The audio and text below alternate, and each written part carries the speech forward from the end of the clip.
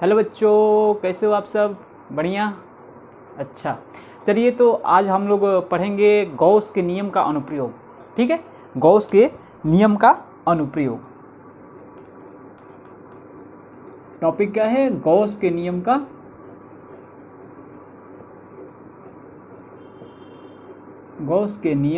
अनुप्रयोग। ठीक है, ये आज हम लोग पढ़ेंगे। तो गॉस के नियम के अनुप्रयोग में आपके क्लास 12 में दे रखा होगा फर्स्ट वाला कि अनंत रेखीय आवेश वितरण के कारण विद्युत क्षेत्र, यानी कि एक तार दिया होगा, ठीक है ना, अनंत लंबाई के तार के निकट वैद्युत क्षेत्र की तीव्रता ज्ञात करना है। यही दिया होगा आप लोगों के फर्स्ट टॉपिक। ठीक है, तो हम यही लिखेंगे कि अनंत लंबाई के, ये जो फर्स्ट टॉपिक जो है आपका, इसमें गॉस के नियम के अनुप्रयोग में ये जो फर्स्ट टॉपिक है, अनंत लंबाई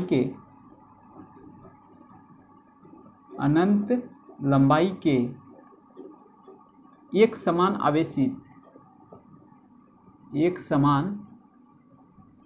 आवेशित तार के निकट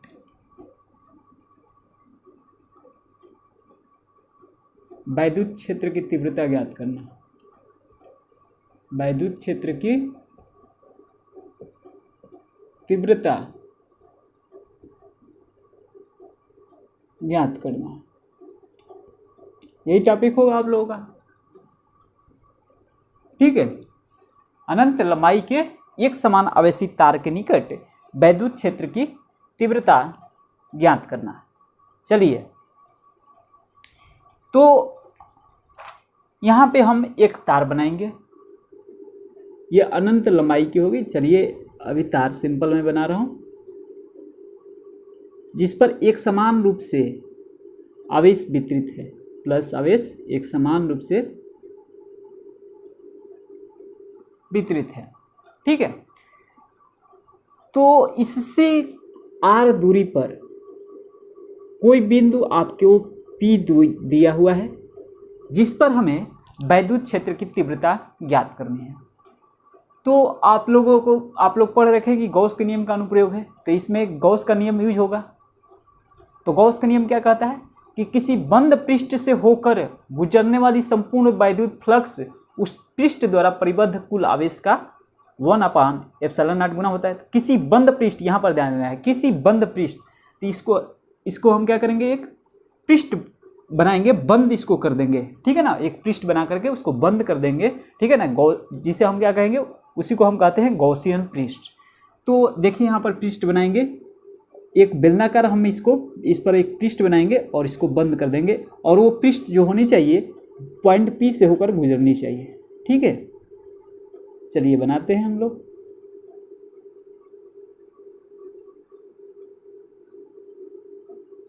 बन गया, इसको थोड़ा सा तार,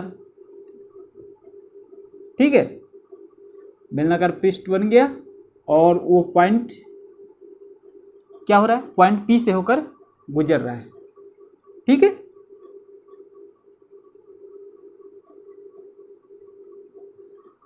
समझ में आ रहा है, पॉइंट P से होकर गुजर रहा है। अब हमें क्या करना है कि हमें यहाँ पॉइंट P पर वैद्युत क्षेत्र की तीव्रता ज्ञात करनी है, यहाँ पे। तो यहाँ पर हम एक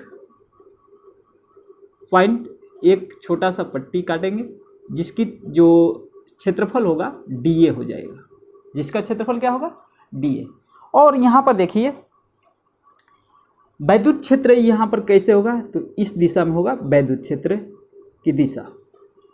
ठीक है, अब देखिए, और एक यहाँ पर ये भी एक पृष्ठ है। फ्लक्स तो भाई फ्लक्स से ही तो निकलता है, फाई इक्वल टू E.dA, इसी से तो निकालते हैं। तो फ्लक्स तो भाई हर एक तरह से निकलती है। ठीक है, तो इस चार्ज से जो फ्लक्स निकलेगा हर एक तरह से निकलेगा, तो इधर भी dA होगा। यहाँ इसको हम मानते हैं dA1, इसको हम मानते हैं, इस पृष्ठ को मानते हैं dA2 और dA1। यहाँ पर ये देख रहे हैं कि आप वैद्युत क्षेत्र की तीव्रता ये इस तरह की है। ठीक है ना, इसको हम मान लेते हैं DA3। बातें समझ में आ रही है? तो हम देखिए कैसे लिखेंगे कि एग्जाम में एक अच्छा मार्क्स पा सकते हैं। तो लिखेंगे कि माना एक अनंत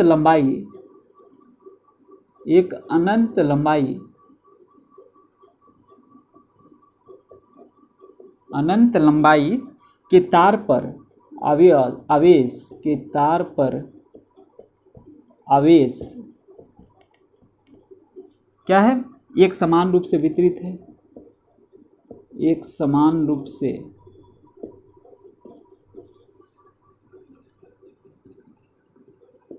वितरित है, ठीक है, जिस पर नियत रेखीय आवेश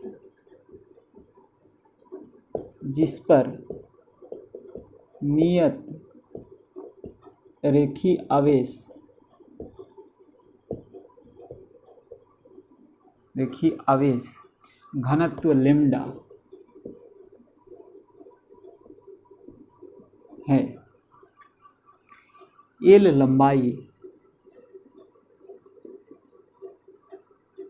लंबाई की समअक्षीय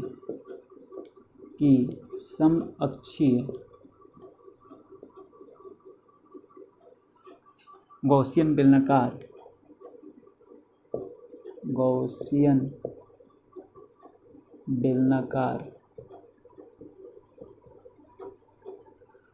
सतह की रचना करते हैं।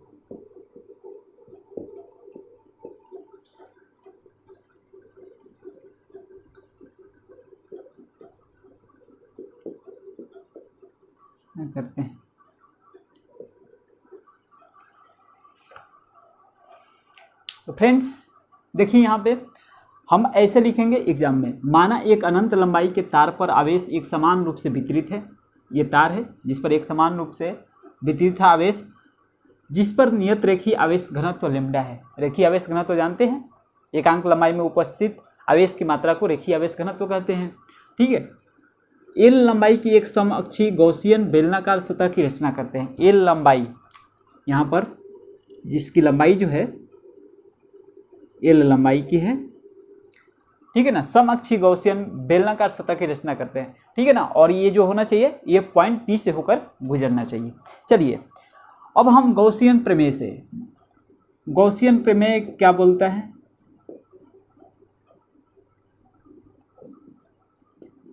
गॉसियन प्रमेय से, तो गॉसियन प्रमेय से हम क्या लिखेंगे? हमने क्या आपको बताया था कि phi E equal to D phi E equal to integration of E dot D A equal to Q upon epsilon naught. यही तो बताया था आपको। चलिए तो हम इन दोनों का यूज करेंगे, इन दोनों का सिर्फ यूज करेंगे गॉसियन प्रमेय से।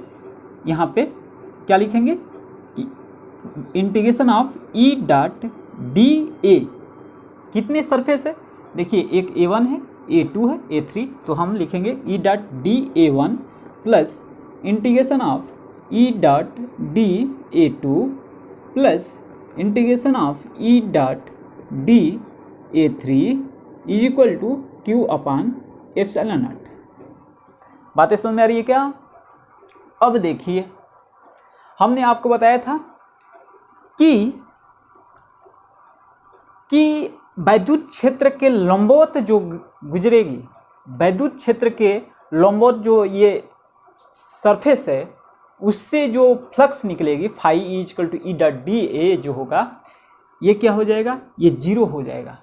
ठीक है ना, परपेंडिकुलर होगा तो ये जीरो हो जाएगा। तो हम क्या लिखेंगे कि देखिए सिग्मा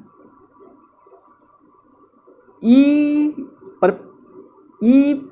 परपेंडिकुलर DA1, ठीक है, ई DA1 एंड सिग्मा ई वैद्युत क्षेत्र E perpendicular DA2 also zero. ठीक है, जो वैद्युत क्षेत्र की तीव्रता के लंबवत जो सरफेस है उससे जो फ्लक्स निकलने वाली होगी वो जीरो होगी। मैंने आपको बताया था ना एक हमने पढ़ाया था फ्लक्स वगैरह का, फ्लक्स लिखाया था, 4 भागों में डिस्ट्रीब्यूट करा था ऐसे ऐसे बना करके, ठीक है। वैद्युत फ्लक्स वगैरह phi equal to E dot D S cos theta होता है, कॉस 0 का वैल्यू क्या होता है 1 होता है, और कॉस 90 डिग्री का वैल्यू क्या हो जाता है 0 हो जाता है, इसलिए यहाँ पे 0 हो जाएगा। चलिए तो इतना हम लिखेंगे। और देखिए, और क्या बचा यहाँ पे, तो ई डॉट डी ए वन ये क्या हो जाएगा, डेट सिंप्लाई, अब ये क्या हो जाएगा 0 हो जाएगा। E dot D A two ये भी क्या हो जाएगा 0 हो जाएगा, plus 0 plus integration of E dot D A three is equal to Q upon epsilon naught, that simply क्या हो जाएगा, that simply integration of E dot D A three is equal to Q upon epsilon naught. देखिए हम यहाँ पर D A कैसे निकालेंगे, D A का मतलब क्या होता है, इंटीग्रेशन ऑफ डी ए, इसका इंटीग्रेशन करेंगे, डी ए का इंटीग्रेशन करेंगे तो ए हो जाएगा, और ए जो होगा इस सरफेस का क्षेत्रफल जो होगा डी ए थ्री, इस जो बेलनाकार सरफेस का जो क्षेत्रफल हो जाएगा क्या होगा 2 पाई आर एल हो जाएगा। समझ में आ रहा है।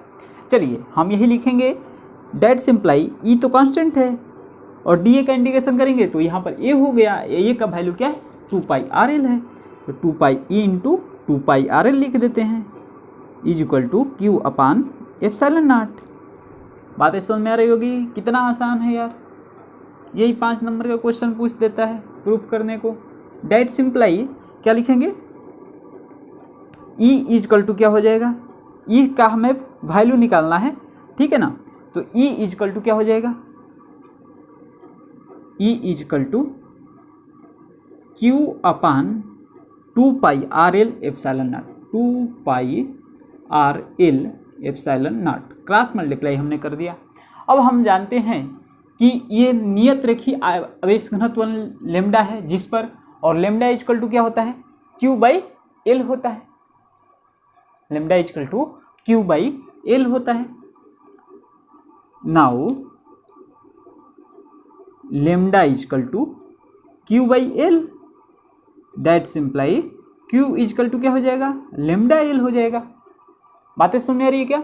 अब हम क्या करेंगे, यहाँ पर क्यू का वैल्यू इक्वेशन फर्स्ट, और फ्रॉम इक्वेशन फर्स्ट से में क्यू का वैल्यू हम पुट कर देंगे फ्रॉम इक्वेशन फर्स्ट से, ठीक है ना। ई इक्वल टू क्या हो जाएगा, क्यू का वैल्यू रख दो इसमें, लेमडा एल अपान में 2 pi R L epsilon not, क्या हो जाएगा एल से एल कट गया। बातें समझ रही है। तो यहाँ पर हम लिखेंगे E equal to lambda upon 2 pi R epsilon naught. बातें समझ रही है। अब देखिए यहाँ पे हम थोड़ा सा चेंजिंग करेंगे, यहाँ पे ये भी आप लिख सकते हैं कि E equal to lambda upon 2 pi R epsilon naught होता है, ठीक है, 2 पाई आर एप्सिलॉन नॉट होता है। अब देखिए यहाँ पे थोड़ा सा हम चेंजिंग करेंगे, थोड़ा सा क्या करेंगे चेंजिंग करेंगे, थोड़ा सा चेंजिंग करेंगे। के इक्वल टू हम जानते हैं, इसको मिटा दूँ क्या, इसको मिटा देता हूँ। We know that K equal to 1/4 pi epsilon naught होता है। चलिए के इक्वल टू होता है 1/4 पाई एप्सिलॉन नॉट, तो हमें इसमें ऐसा रखना है कि इससे कोई अंतर ना पड़े और कुछ अंतर ना पड़े, और के भी इसमें आ जाए, के भी इसमें इनपुट हो जाए। तो हमें क्या करना है, इसका वैल्यू क्या होता है पहले आपको तो याद होना चाहिए। वैल्यू क्या होता है 9 × 10⁹ न्यूटन × मीटर स्क्वायर प्रति कूलम स्क्वायर। तो 4 पाई एप्सिलॉन नॉट, यहाँ पर देखिए नीचे में है 2 पाई है, तो हम यहाँ से 2 पाई का वैल्यू निकाल लेते हैं और यहाँ पर रख देंगे, ठीक है। चलिए 2 पाई का वैल्यू निकाल लेते हैं। 2 पाई इक्वल टू क्या हो जाएगा 1/2 के एप्सिलॉन नॉट, यही तो होगा। देखो यहाँ पे यही रख देंगे, हम यहाँ पे रखते हैं। ई इक्वल टू क्या होगा लेमडा अपान क्या हो जाएगा 2 पाई के जगह पर लिखेंगे 1/2 के एप्सिलॉन नॉट, 1/2 के एप्सिलॉन नॉट ऐसे लिख देता हूँ, और इनटू 2 पाई के जब लिख दिया, और आर एप्सिलॉन नॉट ये भी बचा है, आर एप्सिलॉन नॉट। अब ये 1 अपान है तो ये ऊपर उठ जाएगा, तो ऊपर चला जाएगा तो क्या हो जाएगा, ई इजकल टू, ये ऊपर चला जाएगा तो 2k epsilon not, 2k epsilon not lambda, ठीक है, अपान में आर एप्सिलॉन नॉट।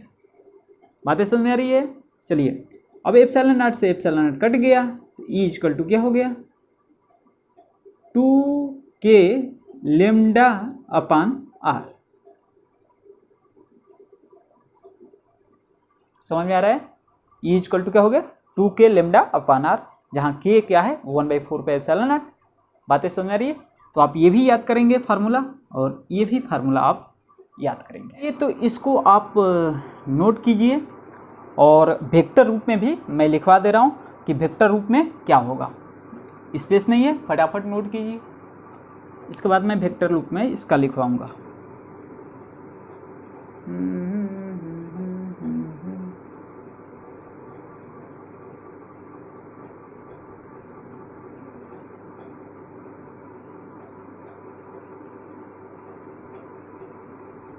चलिए अब मैं इसे मिटाता हूँ, ठीक है। अगर नहीं लिखे होंगे तो वीडियो को स्टॉप कीजिएगा और लिख लीजिएगा।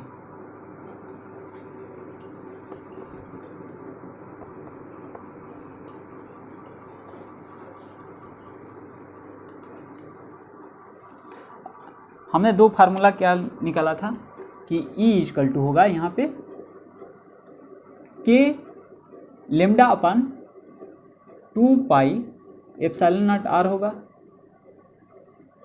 और एक E इजकल टू यहीं पे 2k लेम्डा बाई आर होगा।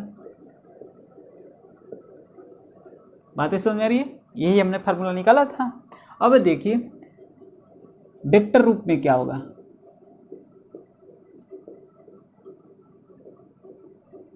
वेक्टर रूप में क्या होगा, तो E इजकल टू होगा वेक्टर E इजकल टू क्या होगा 1 बाई, ठीक है ना, 1/4 पाई एप्सिलॉन नॉट, के का वैल्यू हमने रख दिया, और 2 lambda upon R into vector R cap, into क्या होगा वेक्टर आर कैप।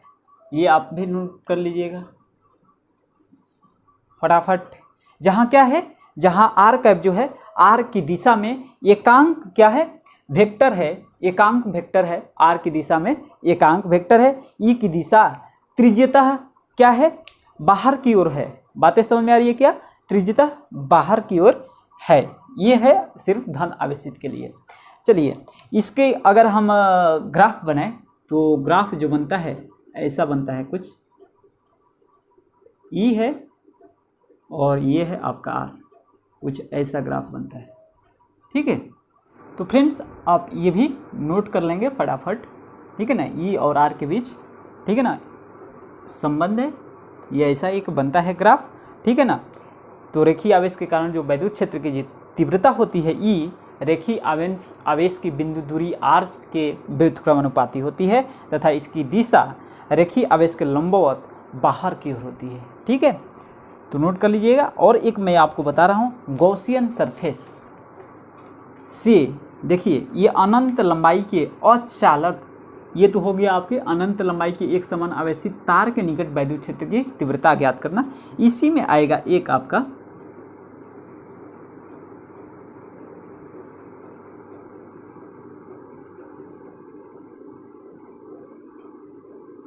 अगर ऐसा आ गया हो, ये अनंत लंबाई के है,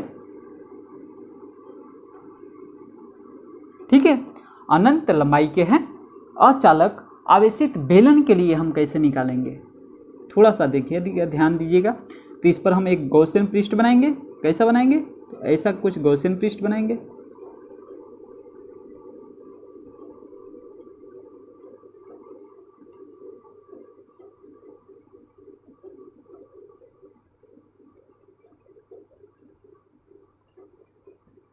ठीक है। ये गॉसियन हमने पृष्ठ बनाया, तो हम लिखेंगे अनंत लंबाई के अचालक आवेशित बेलन के लिए, अचालक, ये आप लोगों के नूतन पब्लिकेशन या जो भी है कुमार मित्तल में नहीं दिया होगा इस टाइप से, अचालक आवेशन, ठीक है ना, अचालक आवेशित लिखे, आवेशित बेलन के लिए।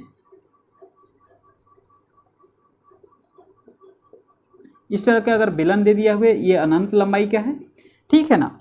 तो बाहर के बिंदु पर अगर वैद्युत क्षेत्र निकलना है, बाहर के बिंदु पर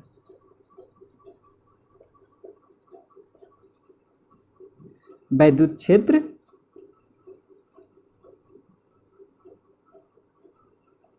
ई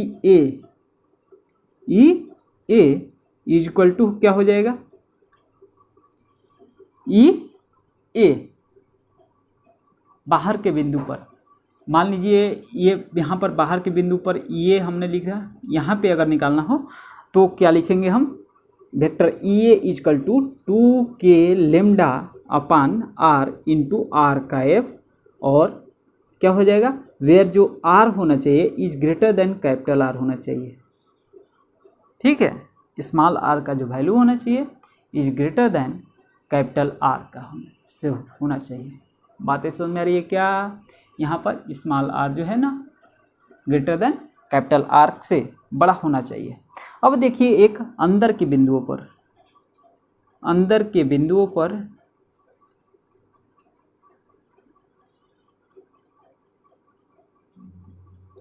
विद्युत क्षेत्र, वैद्युत क्षेत्र, ठीक है ना, अंदर के बिंदुओं पर वैद्युत क्षेत्र हम कैसे निकालेंगे, इसको हम मान लेते हैं vector E B is equal to क्या होगा, लेमडा आर कैव यानी कि वेक्टर आर, ठीक है, upon 2 pi epsilon naught R square, ठीक है, ये है। और जहाँ पर जो होना चाहिए, यहाँ पे जो होना चाहिए ये भी आप याद कर लेंगे, ठीक है, ये कॉम्पिटिटिव एग्जाम वगैरह में सब आता रहता है। यहाँ पे जो होना चाहिए आर का जो वैल्यू होना चाहिए is less than capital R होना चाहिए, ठीक है, is less than capital R होना चाहिए। तो ये रहा आपके अनंत लंबाई के एक समान आवेशित तार के निकट वैद्युत क्षेत्र की तीव्रता कैसे ज्ञात की जाती है, ये मैंने इस लेक्चर में बता दिया। अब हम लोग अगले लेक्चर में पढ़ेंगे, क्या पढ़ेंगे, तो अगले लेक्चर में है अनंत विस्तार की समतल आवेशित अचालक चादर के निकट वैद्युत क्षेत्र की तीव्रता ज्ञात करना है, ठीक है ना। तो फ्रेंड्स मिलते हैं अगले वीडियो में, तब तक के लिए धन्यवाद, जय हिंद।